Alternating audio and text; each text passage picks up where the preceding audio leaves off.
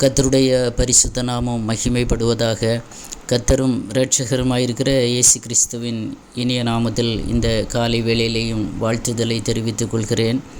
இந்த நாளிலும் நமது சிந்தனைகளை வேத வசனத்திற்கு நேராக திருப்புவோம். யோவான் எழுதின சுவிசேஷம் 10வது அதிகாரம் அதனுடைய 10வது வசனத்தின் முதல் பகுதி, திருடன் திருடவும் கொல்லவும் அழிக்கவும் வருகிறானே அன்றி வேறொன்றுக்கும் வரான் என்று இயேசு சொல்கிறார். சொல்லிவிட்டு, நானோ அவைகளுக்கு ஜீவன் உண்டாயிருக்கவும் அது பரிபூரணப்படவும் வந்தேன் என்று சொல்லுகிறார். ஆமேன். கர்த்தருடைய நல்ல நாமம் மகிமைப்படட்டும். இந்த காலை வேளையில் கூட தேவ பிள்ளைகளே, திருடன் திருடவும் கொல்லவும் அழிக்கவும் வருகிறான். 3 விதமான காரியங்களை அந்த இடத்துல இயேசு சொல்கிறார். அவன் திருட வருகிறான், கொல்ல வருகிறான், அழிக்க வருகிறான். பாவத்திற்கும் அக்கிரமத்திற்கும் அடிமைப்பட்டிருக்கிற ஒரு மனுஷனிடத்தில் பிசாசு எந்த பர்மிஷனும் இல்லாமல் என்ன செய்வான்? கடந்து வருவான்.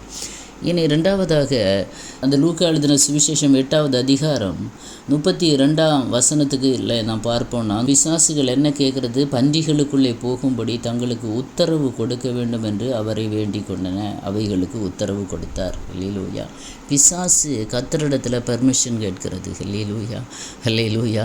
எங்களுக்கு உத்தரவு கொடுங்க, எங்களுக்கு பெர்மிஷன் கொடுங்க, இந்த பன்றிகளுக்குள்ளே நாங்கள் போகட்டும் என்று பிசாசு என்ன செய்கிறது? இயேசுவிடத்தில் பெர்மிஷன் கேட்குறது.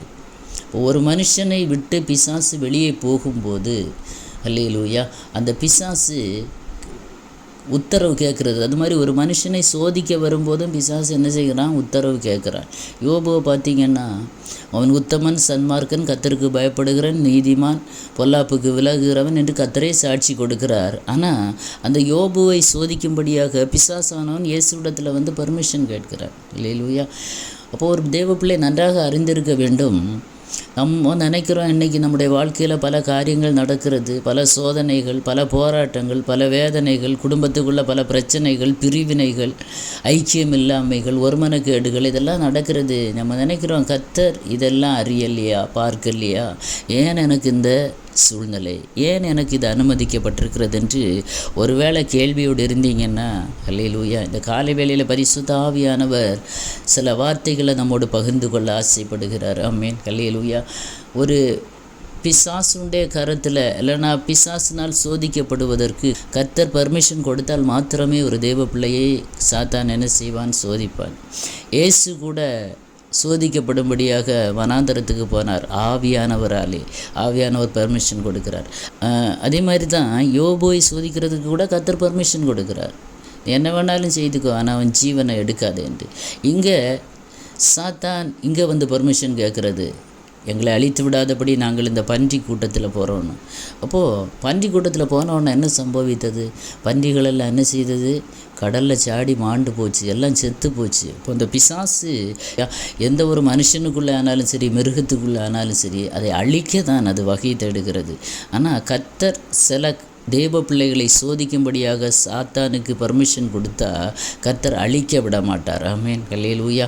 கர்த்தர் அழிக்க விடுகிற தேவன் அல்ல, அதிலிருந்து விடுவிக்கிற தேவன். ஆமேன். ஹல்லேலூயா. அவர் கடைசியில் அந்த வசனத்தில் சொல்லுகிறார், நானோ அவைகளுக்கு ஜீவன் உண்டாயிருக்கவும் அது பரிபூர்ணப்படவும் வந்தேன். யோபுவை சோதித்தான். ஹல்லேலூயா. ஆனால் கடைசியில் கர்த்தர் அவனை விடுவித்தார். எல்லா சோதனையும் தாங்கக்கூடிய பலனை கர்த்தர் கொடுத்தார் என்று நம்ம பார்க்கிறோம். ஆமேன். அந்த இடத்துல கர்த்தரை மறுதலிக்கலை. ஒரு தேவ பிள்ளையை சோதிக்கும்படியாக கர்த்தர் பர்மிஷன் கொடுத்தாருன்னா, ஆமேன், நம்ம அழிக்க இல்லை, நம்மை உருவாக்குவதற்கு. ஆமேன். இந்த நாட்களில் நல்லா புரிஞ்சுக்கோங்க, சில நேரங்களில் கர்த்தர் நம்மை உருவாக்குவதற்கு, ஹல்லேலூயா, ஒரு நல்ல பழுதற்ற ஒரு மனவாட்டியாக, ஆமேன், ஹல்லேலூயா, அவருக்கு முன்னே நிற்கணும்னா, ஆமேன், இந்த நம்ம இருக்கிற நிலைமையை விட இன்னும் கொஞ்சம் அதிகமாக புடமிடப்படுவதற்காக, சில உருவாக்குதல்களுக்காக, ஆமேன், ஹல்லேலூயா, சில மனுஷங்களுடைய கருத்தில் கர்த்தர் என்ன செய்வார்? ஒப்பு கொடுப்பார். ஆமேன். அதனால் பல பிரச்சனைகள், பல வேதனைகள், ஆமேன், ஹல்லேலூயா, அதை கண்டு ஒரு தெய்வ பிள்ளை சோர்ந்து போகக்கூடாது. ஒன்றை நினைத்து கொள்ள வேண்டும், கர்த்தர் பர்மிஷன் கொடுத்து தான் சில குடும்பங்களில் கணவனால் மனைவிக்கு பிரச்சனை, மனைவியால் கணவனுக்கு பிரச்சனை, பிள்ளைகளால் பெற்றோருக்கு பிரச்சனை, மாமியாரால் மருமகளுக்கு பிரச்சனை, மருமகளால் மாமியாருக்கு பிரச்சனை. இது ஏன்? அல்லேலூயா. ஒருவேளை கேள்வியோடு இருக்கிறீங்களா? ஏன் எனக்கு இந்த துன்பம், ஏன் எனக்கு இந்த கஷ்டம், ஏன் எனக்கு இது அனுமதிக்கப்பட்டிருக்கிறது? அல்லேலூயா. கர்த்தர் அனுமதிக்காத உங்கள் வாழ்க்கையில் எதுவுமே நடக்கவில்லை. ஆமென். அல்லேலூயா. கர்த்தர் பர்மிஷன் கொடுத்துருக்க எதற்கு தெரியுமா? உன்னை உருவாக்குவதற்கு, உன்னை பரிசுத்தப்படுத்துவதற்கு.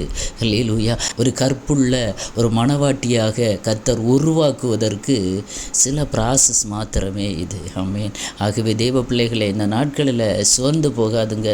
அல்லேலூயா. கர்த்தருடைய வருகை மிக சமீபம். ஆமென். அல்லேலூயா. வருகையில் எடுத்துக்கொள்ளப்படணும்னா ஒரு பழுதற்ற, ஆமென், அல்லேலூயா, என் பூரண ரூபவதியே உன்னில் பழுதொன்றுமில்லை என்று கர்த்தர் சொல்லணும்னா இன்றைக்கி சில பழுதுகளை கர்த்தர் நீக்கி கொண்டிருக்கிறார் என்பது மாத்திரமே. ஆமென். அல்லேலூயா. அதனால் அவருடைய உத்தரவு இல்லாமல், அவருடைய பெர்மிஷன் இல்லாமல் உங்கள் வாழ்க்கையில் இந்த கஷ்டம், இந்த நெருக்கம், இந்த கண்ணீர், இந்த போராட்டம் இல்லை என்பதை பரிசுத்த ஆவியானவர் இந்த காலை வேளையிலே நம்மோடு கூட பேசுகிறார். ஆகவே சோர்ந்து போகாதுங்க. உருவாக்கப்படும் போது பொறுமையோடு சகித்து கொள்ளுங்க. ஆமென். கர்த்தர் உங்களை அதிகமாய் ஆசீர்வதிப்பார். கண்களை மூடி நாம் ஜெபிப்போமா? தகப்பனே, இந்த நல்ல காலை வேளைக்காக உமக்கு நன்றி. இயேசுவே, திருடன் திருடவும் கொல்லவும் அழிக்கவுமே அன்றி வேறொன்றுக்கும் வரான். ஆனால் நீங்கள் ஜீவனை கொடுக்க வந்த தெய்வம் ஆண்டவரே. இயேசுவே ஆண்டவரே, இன்றைக்கு சில பிள்ளைகளுடைய வாழ்க்கையில் அப்பா சத்ரு சோதிக்கப்படும்படியாக சிலருடைய வாழ்க்கையில் நீங்கள் பர்மிஷன் கொடுத்துருக்கிறீங்க, உத்தரவு கொடுத்துருக்கிறீங்க என்பதை புரிந்து கொள்ளும்படி கர்த்தர் உதவி செய்யுங்க. இந்த போராட்டமான நாட்களிலே ஆண்டவரே, நீர் உருவாக்குகிற இந்த நாட்களிலே, நீர் புடமிடப்படுகிற இந்த நாட்களிலே பிள்ளைகள் பொறுமையோடு சகிக்க பலனையும் கிருபையும் கொடுங்க ஆண்டவரே. இயேசுவே, நீர் கைவிடுகிற தேவன் இல்லை என்பதை அறிந்து கொள்ளும்படியாக இந்த வேத வசனங்கள் ஒவ்வொருவருடைய இருதயத்திலும் கிரியை செய்யட்டும். உடைய வார்த்தை மாத்திரம் ஒவ்வொரு இருதயங்களிலும் கிரியை செய்யட்டும். கர்த்தர் மாத்திரம் மகிமைப்படுவீராக. ஆசீர்வதி. இயேசுவின் மூலம் ஜெபத்தை கேளும் ஜீவனுள்ள நல்ல பிதாவே. ஆமேன். ஆமேன். God bless you.